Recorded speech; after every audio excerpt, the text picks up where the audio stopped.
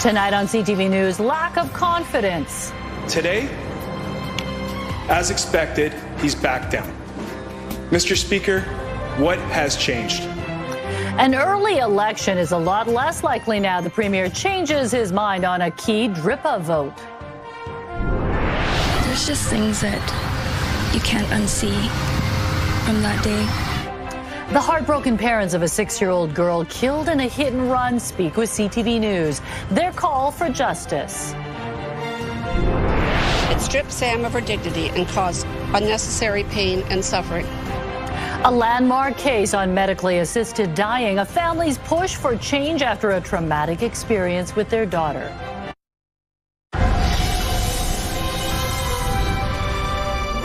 This is CTV News with me, Jung Lee.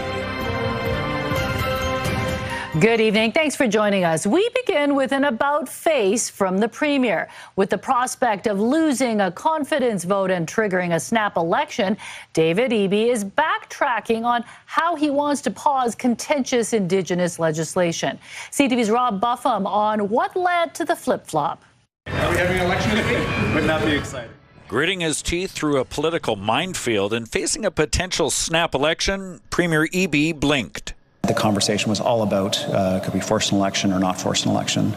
Eby said last week it was non-negotiable. He was bringing forward a confidence vote to pause portions of DRIPA, the Declaration on the Rights of Indigenous Peoples Act, meaning if the bill failed, his government would topple.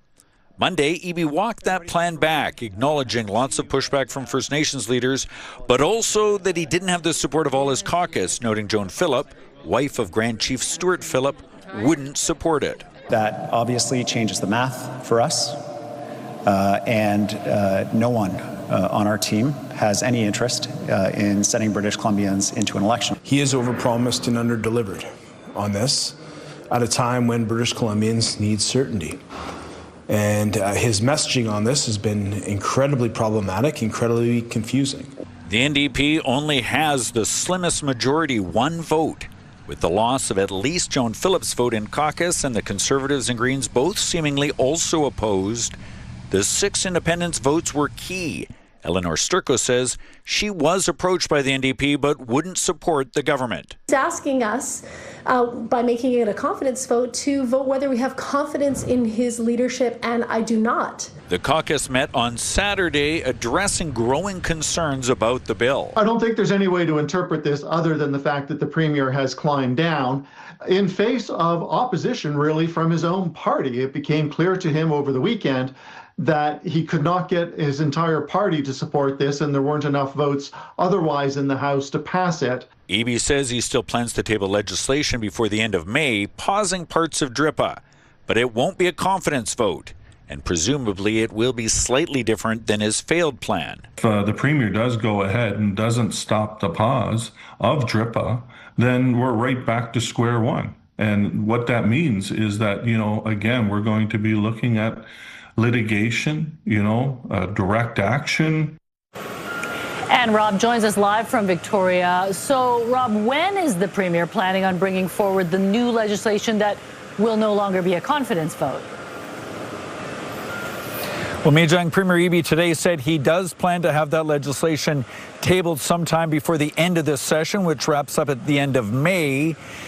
So we'll have to wait and see. He also said he's willing to extend the period in which the debate could take place so that the legislative session extends beyond the end of May, probably less of an inconvenience for the Premier and his party than it is for the opposition BC Conservatives, who are set to elect their new leader May 30th. The session is set to wrap up on May 28th.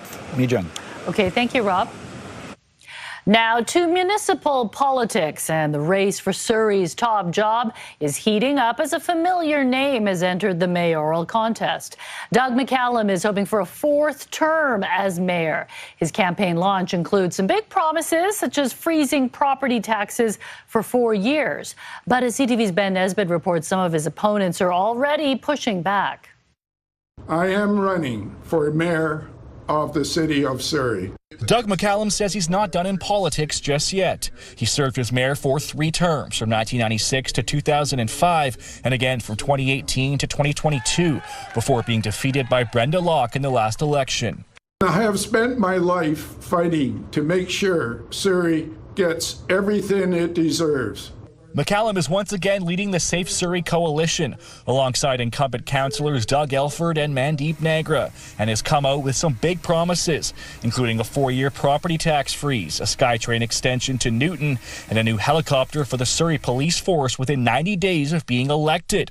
But where will the money come from? We are going to look at ways that the city maybe doesn't have to operate as much as we have. McCallum turns 82 this weekend, which would make him one of the oldest Canadian politicians in office if elected. Experts say that could prevent him from getting support from younger generations, but the numbers show that they don't often show up to vote, which could put pressure on other candidates to change that. How do we get young people who aren't paying property taxes to care about politics? And, McCallum, I think, is looking at this more from the standpoint of if I say 0%, nobody's going to wonder what year I was born in. McCallum is running against Locke, Councillor Linda Annis, and former Surrey Cloverdale MLA Mike Starchuk. Doug McCallum promised low taxes when he was elected in 2018, but you just need to check with the residents of Surrey. That clearly wasn't the case. His zero just means cuts. His zero just means that, the things that we're doing for frontline workers and other things like that are going to be gone. Parks and Rec, who knows how often they're going to be cutting the grass in the parks and all the other things that go along with that. McCallum says he'll announce the rest of his slate in the coming weeks. Ben Nesbitt, CTV News, Surrey. Former City Councillor Colleen Hardwick is once again the mayoral candidate for Team for a Livable Vancouver. Party members selected Hardwick yesterday, along with council candidates Peter Tu, Charles Kelly, and Kathleen Larson. Hardwick served on council from 2018 to 2022 and ran as Team's mayoral candidate in 2022. The party plans to pick more council candidates in June. Tomorrow marks a decade since the declaration of a public health emergency, with toxic drugs claiming more than 18,000 lives in our province alone. Today, public health officials and the health minister spoke about what they've learned and what comes next in the effort to save lives. CTV's Penny Daflos has more. It's most visible on BC streets, but toxic drugs have claimed thousands of lives in every corner of the province since they were declared a public health emergency in April 2016. We are not talking abstractly about people. They are our people. They are brothers and sisters and sons and daughters. They are parents. Losses upon losses upon losses. The generations of people who have been lost due to toxic drugs. The statistics are clear. Some groups are being impacted more than others, including First Nations. Nobody's born and grows up as a small child thinking, I want to have a substance use problem when I grow up. There are reasons why people choose to use substances. Construction workers are disproportionately impacted by the toxic drug crisis. About 3/4 of the dead are men under 60. This is going to be something I think is beyond politics. It needs all of us to work together to save lives. Despite the variety of approaches, from mandatory drug rehab to expanded access to treatment to the proliferation of costly private facilities, no province or country has truly solved the problem of addiction and overdoses. There is no one measure that will solve this, and I think it's easy to try and simplify it into, well, this thing will change things or this thing will change things. We need a combination. Mental illness, homelessness, and other health issues complicate the situation. Homelessness is much more costly than housing people. Especially when political rhetoric gets thrown in. They've pursued all of these different ideological experiments time and time again. Then they kind of quietly walked things back and gone, oops, sorry, not the right call. But what is the path forward? To reduce and to end stigma, the commitment to continue to build out the supports and the help for people, expanding treatment and recovery options, expanding intervention and prevention, expanding harm reduction. A multi-pronged approach to a horribly complex problem as the illegal drug supply morphs faster than governments can respond. Penny Daflos, CTV News, Vancouver. Shots were fired at a residential home overnight, triggering a police investigation south of the Fraser. Surrey police say just before 3 a.m., officers responded to reports of gunshots near 95th Avenue and 127th Street. Police found the home with damage allegedly caused by the shots fired, but nobody inside the home was injured. The motive behind the shooting is currently unknown. Anyone with information is asked to call Surrey police. Closing arguments are now underway in a landmark charter challenge involving a terminally ill Vancouver woman. Sam O'Neill had to be transferred out of St. Paul's Hospital in the final hours of her life in order to get medical assistance in dying. O'Neill's parents flew in from Ontario for the end of the legal challenge they call their daughter's legacy. CTV's Shannon Patterson has the story. Jim and Gay O'Neill are back at BC Supreme Court in Vancouver for closing arguments in the charter challenge brought on behalf of their late daughter, Sam. We just have a lot vested in it, and we want to be here. In April 2023, Sam O'Neill was a patient at St. Paul's Hospital with end-stage cervical cancer who chose medical assistance in dying. The 34-year-old had to be sedated and transferred to another facility in the final hours of her life because faith-based hospitals won't allow MAID on site. It stripped Sam of her dignity and caused unnecessary pain and suffering. The act of a non-medically necessary transfer breaks their legal duty to prevent harm. Gay O'Neill is the lead plaintiff in a charter challenge, arguing the BC Supreme Court should overturn the MAID exemption granted to publicly funded religious institutions like St. Paul's Hospital. This week we will hear closing arguments in a case that is built on Sam's legacy. We feel really confident that we made our case around the harms really clear. It was not just from Gay's family, but also other expert witnesses and other family members who testified in court about the harms. This is a widespread problem, and we think we've brought that home. The challenge was brought against the provincial government, which argued in court in favor of keeping the religious exemption for MAID. The faith-based institutions across this country hold a lot of power, and I think that this decision is going to change healthcare across the country. And provinces are notoriously risk adverse when it comes to change, and this will be a big change. And so I'm not surprised that they're letting the court decide. After testifying in person on day one of the legal challenge, Gay O'Neill watched weeks of testimony remotely from her home in Ontario. We found it very stressful. There's things that we would like to say, and you can't scream at a screen, and you can't scream in court, but we just we presented our case, and now we just have to let the Chief Justice take care of it. Closing arguments from the plaintiffs, defense, and interveners in this charter challenge are scheduled to last all week. The landmark case will then be in the hands of a BC Supreme Court judge who is expected to make a ruling in late summer or early fall. Shannon Patterson, CTV News, Vancouver. It is 6:12. Time to take a look outside on Robson Street, see what's happening out there in terms of the weather. Still looking pretty gray, but the streets at least look dry. Caroline Frolick is in for Anne. There were a few showers today, right?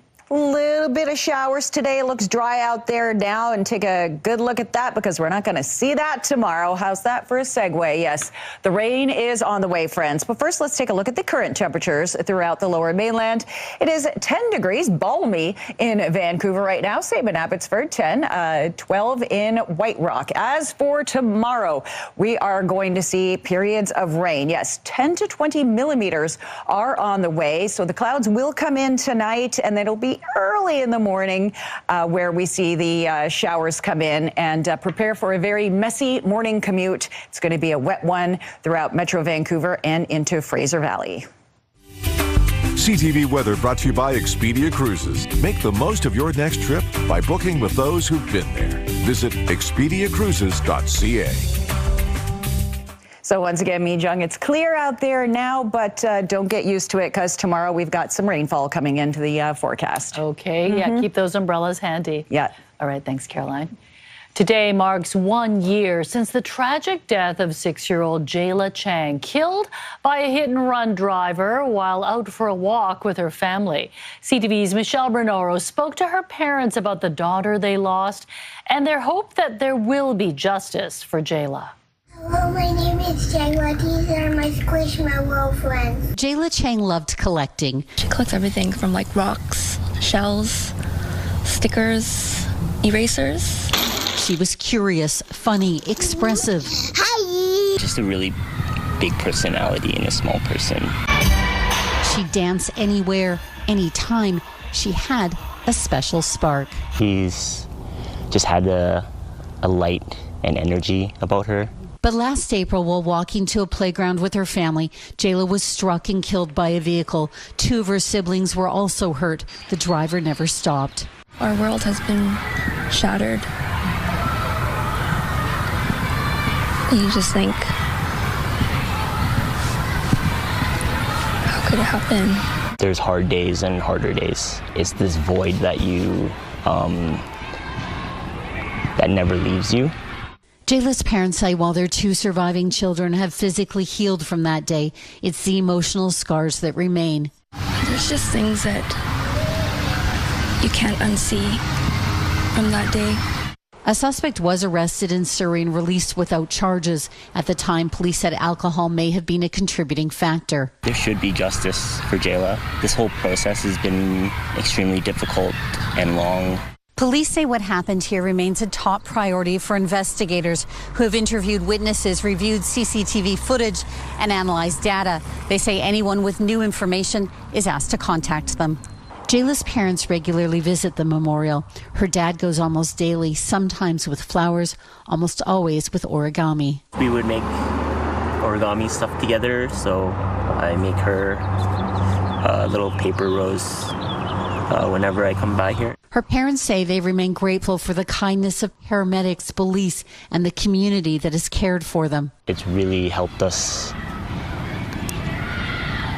not feel alone in all this. Still, each day without their youngest child is painful. She just had so much love, and she gave so much love. She brought so much light to our world, and it just feels really dark without her. Because losing Jayla left a void that can't be filled.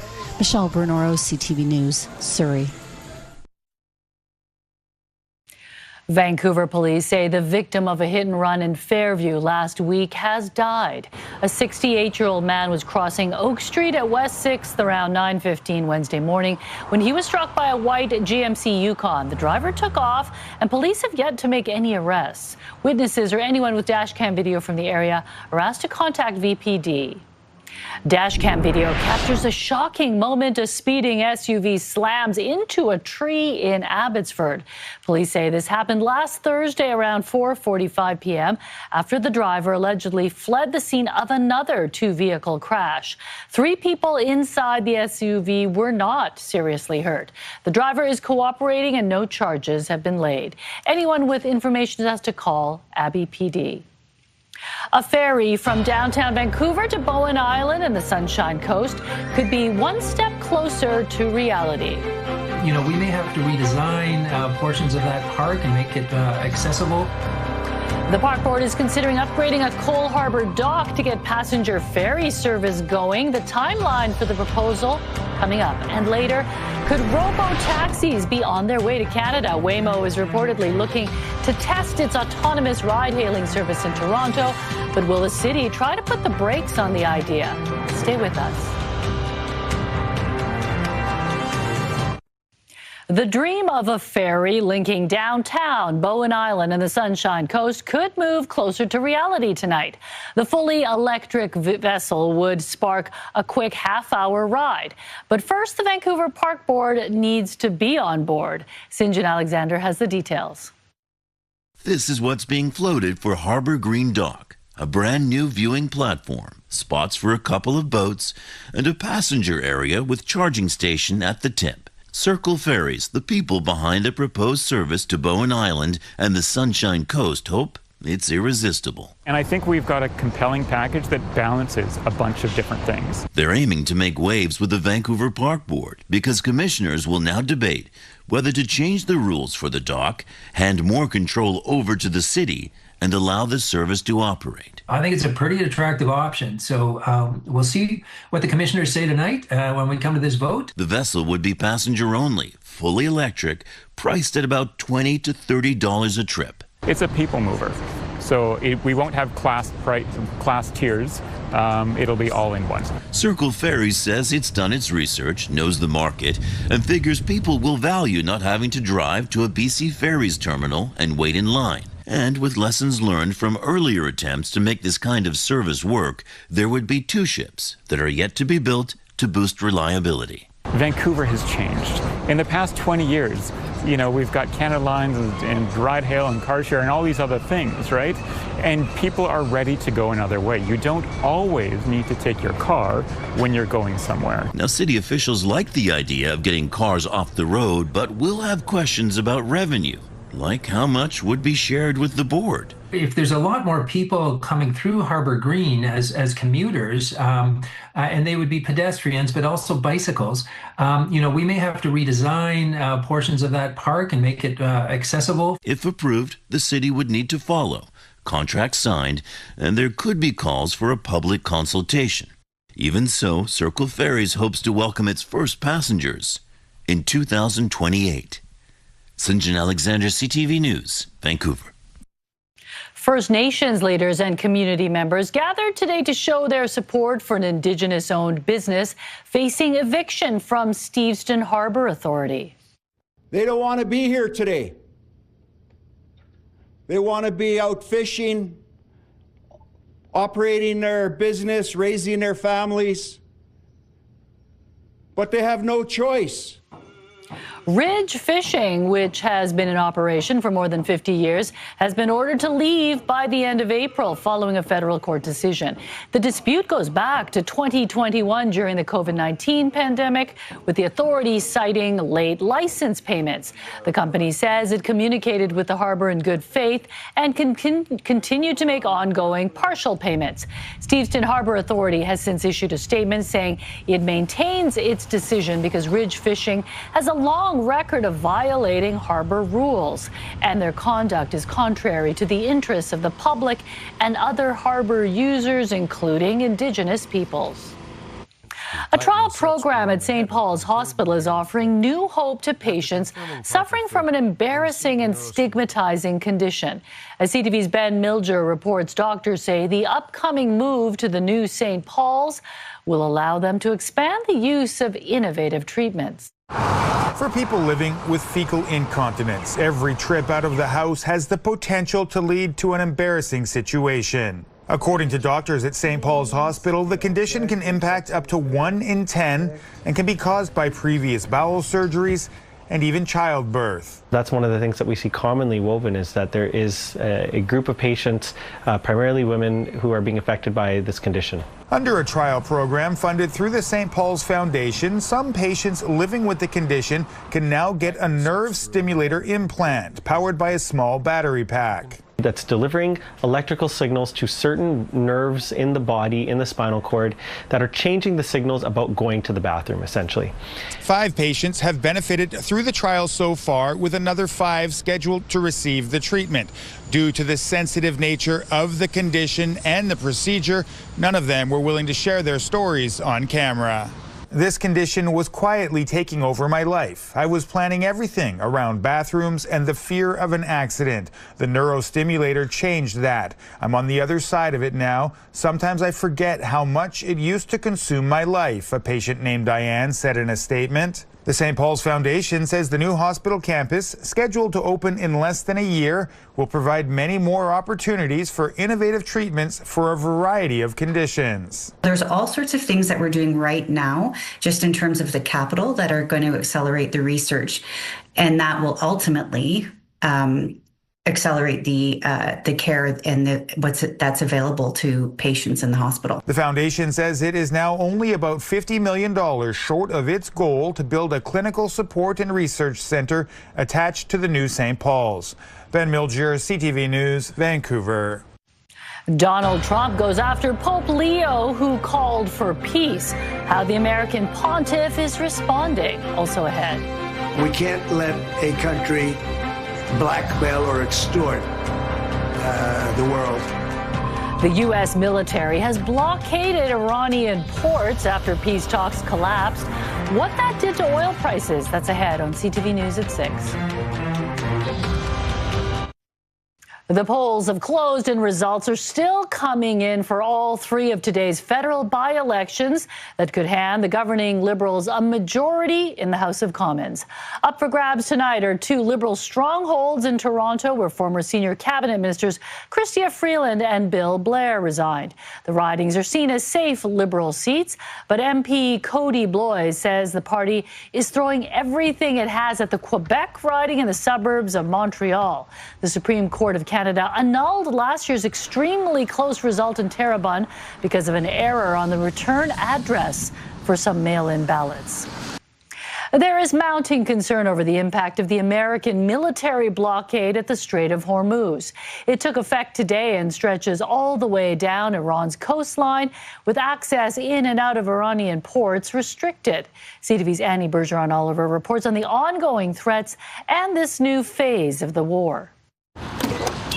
Oil prices surged Monday above $100 a barrel as U.S. Navy ships began blocking the Strait of Hormuz, stopping all vessels from entering or exiting Iranian ports. We can't let a country blackmail or extort the world, because that's what they're doing. Since the war began, Iran has heavily restricted access to the Strait of Hormuz, a key waterway through which 20% of traded oil normally passes. President Donald Trump says the U.S. doesn't need the strait and that his latest move in the region will get Iran back to the negotiating table after talks broke down this weekend over Iran's refusal to end its nuclear program. Iran will not have a nuclear weapon.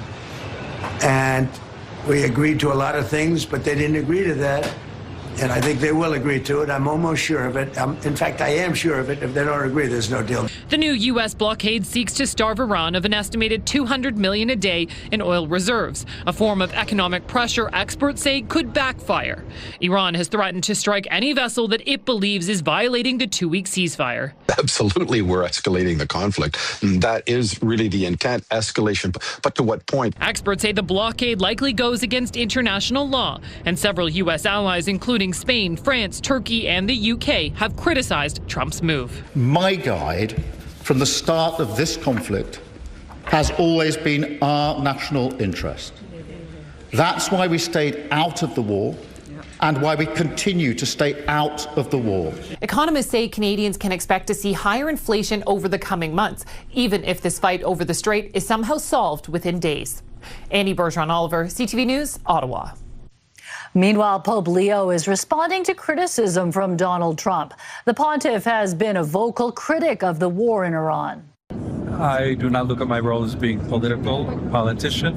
I don't want to get into a debate with him. I don't think that the message of the gospel is meant to be abused in the way that some people are doing. And I will continue to speak out loudly against war, looking to promote peace, promoting dialogue and multilateral relationships among the states. There's nothing to apologize for. He's wrong. The other thing is he didn't like what we're doing with respect to Iran, but Iran is wants to be a nuclear nation so they can exterminate the world. Not going to happen. The first American pope stressed that he was not making a direct attack against Trump or anyone else with his general appeal for peace.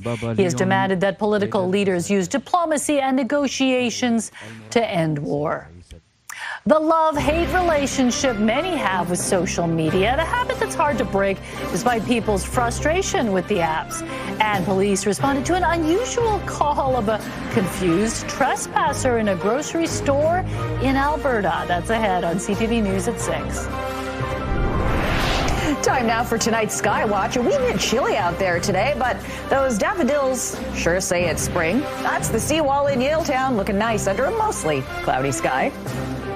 CTV Skywatch is brought to you by Kermac Collision and Autoglass, the name you'll remember when it matters. Kermac cares for kids. A new study finds many Canadians are still scrolling on social media sites, even though they might not like the companies that own them. The Angus Reid poll found that at least half of Canadians use apps like Facebook, YouTube, and Instagram more than once a week, mainly to stay connected with family and friends or for entertainment. But 3/4 of respondents believe social media companies are having a negative impact on society, and half of users say it's negatively impacting themselves. themselves personally. Despite the frustration, people are staying on the apps. If you look among Canadians that have used Facebook in the past, have used YouTube, have used Instagram, it's less than 1 in 10 in each case say that they did use it in the past and they quit it. So there's very few Canadians that are like actually successfully quitting social media in a lot of ways. As for how Canadians view individual apps, the majority of respondents had a positive view of YouTube, Facebook, and Instagram, while most had a negative view of X, TikTok, and Snapchat. Mounties in a small Alberta town were called to a local grocery store to reports of an unusual trespasser. The trespasser in question, a beaver. RCMP estimated the Canadian icon was about 2 feet tall and 40 pounds. Surveillance video shows it triggered the automatic door and walked inside, but was unable to find its way back out. RCMP say after some coaxing and no use of force, they were able to help the beaver on its way. This happened in the town of Hanna, Alberta, which, Caroline, also happens to be the hometown of our director, Scott, another Canadian icon, right? I was just going to say that. Were you? Yes. Great minds. We're in sync. I'm glad it was a happy ending. I was a little traumatized seeing that. He was a little nerved up going through, like, I can't get out. He's not used to hanging out in grocery stores, but it all ended happily. Phew. Shout out to Hanna, Alberta. All right. It's going to be a messy one tomorrow, so get ready, friends. We have this prominent low-pressure system coming in down through Alaska, bringing in the precipitation and moderate winds to the coastal regions. The system will continue east and then south, bringing that precipitation to and lower temperatures to the southern part of the province. And you see this purple, that's snow and mixed precipitation, so that should be an interesting one. Expect a wet one ahead. Now let's take a look at the Vancouver area tonight. Cloudy skies, well, mostly cloudy skies as the night goes on. More clouds will enter into the picture. Temperatures do start to dip a bit as we head overnight and into tomorrow morning. Once again, a very sloppy morning commute tomorrow. That's my highly scientific analysis. Sloppy morning commute. So yes, prepare accordingly, friends. And we do have some warnings to tell you about tomorrow. Snowfall warning beginning tomorrow for the Coquihalla, Hope to Merritt, and Highway 3, Paulson Summit to Kootenay Pass. 15 to 25 centimeters of snowfall are expected. So now let's go to the South Coast forecast, shall we? No snow, just a lot of rain. Port Hardy, rain in the morning, showers in the afternoon, and high of 6. Campbell River, Comox, periods of rain, and there's a risk of thunderstorms in the afternoon, just a small risk, but I still have to tell you about it. 10 degrees there, winds gusting up to 60 kilometers an hour near the Strait of Georgia in the afternoon. So a windy one there. Also windy in Tofino and also rainy, 30 to 40 millimeters, winds gusting up to 50 kilometers an hour, and 8 degrees. Port Alberni, risk of thunderstorms there in the afternoon, rain at 9, 11 in Nanaimo and Gulf Islands and some showers. Victoria, 10 degrees under some showers. Periods of rain on the Sunshine Coast, 8 degrees, gusty at 2, gusty also there. Sea to sky, Whistler wet flurries in the morning, changing to rain in the afternoon, and 5 degrees. Squamish, periods of rain, and 8. And periods of rain throughout the lower mainland, high of 9 across the board. Expect rain for your morning commute once again. And Wednesday, some possible residual showers lingering around, but a mix of sun and cloud into Thursday. Friday, the clouds return. We got a damp weekend in store and a cloudy start to the work week. So keep your umbrellas handy, friends. You will be needing it. CTV Weather is brought to you by Expedia Cruises for air, land, and sea vacations. So it's always sad when the rain comes and the blossoms start just like falling. I've got this one magnolia tree. Anytime there's a bit of wind and rain, the blossoms all come down. Well, it's going to be a little gusty tomorrow morning, so prepare the blossoms accordingly. All right. Thanks, Caroline. Legendary comedy show Saturday Night Live has a new home in Canada, also ahead. Doesn't that just add to the traffic problems we already experience? Will Waymo find its way onto Canadian streets? The self-driving vehicle company may apply for a pilot project. That story ahead.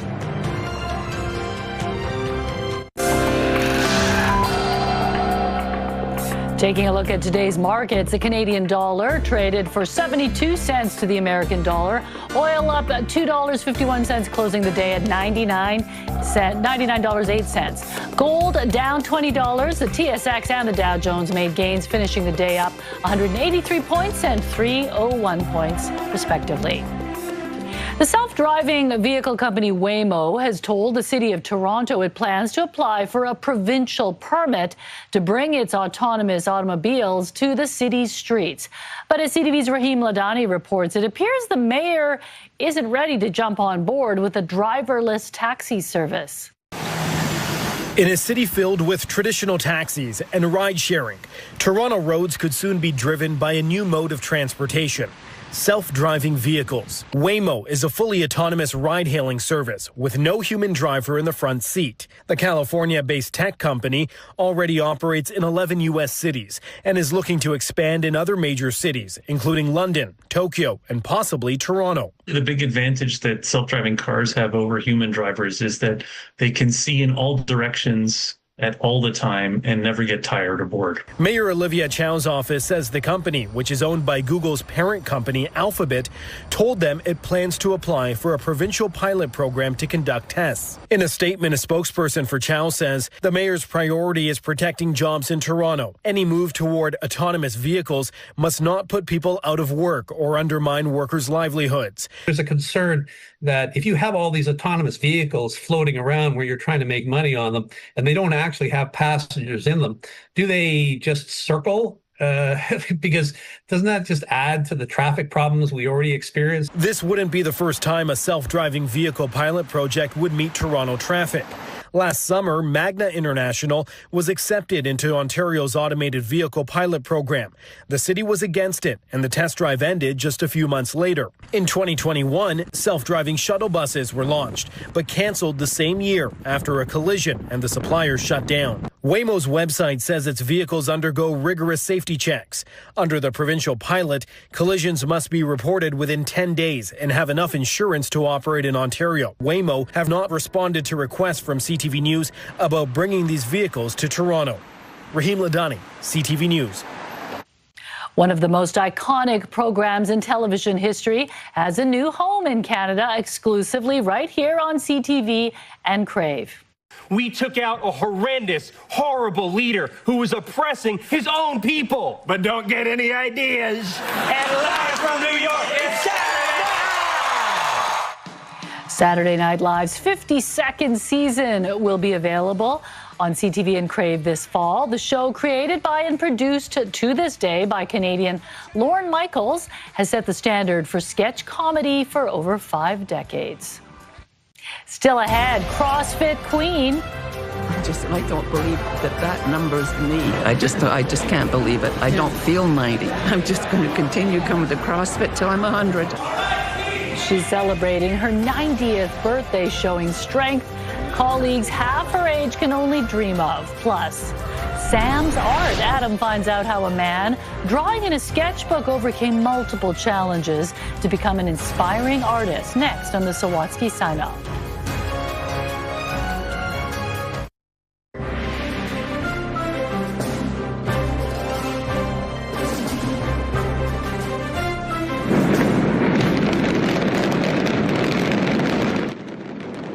The Mandarin Oriental Hotel came down in a cloud of dust in Miami yesterday.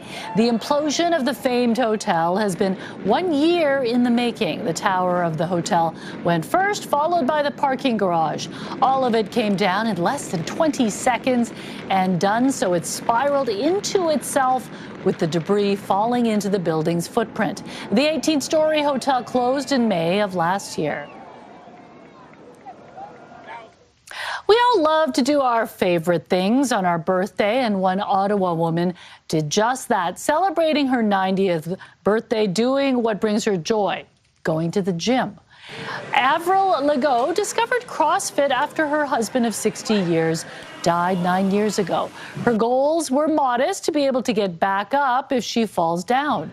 Avril's daughter says CrossFit has become her mom's lifeline. She has become an obvious favorite at the gym and has turned into an inspiration for her younger friends. She's not afraid of anything, and it's such an inspiration. I hope that I can be even like half of her when I'm her age. She's really proud of herself, and we're happy for her. She's still living on her own, and she is stubborn. She's going to make it to 100 for sure. And for her birthday, the gym gifted Avril a free lifetime membership. That's a big cake. Isn't that cute? Okay, a group of runners was burning off the calories just as quickly as they were consuming them by putting the fast in fast food.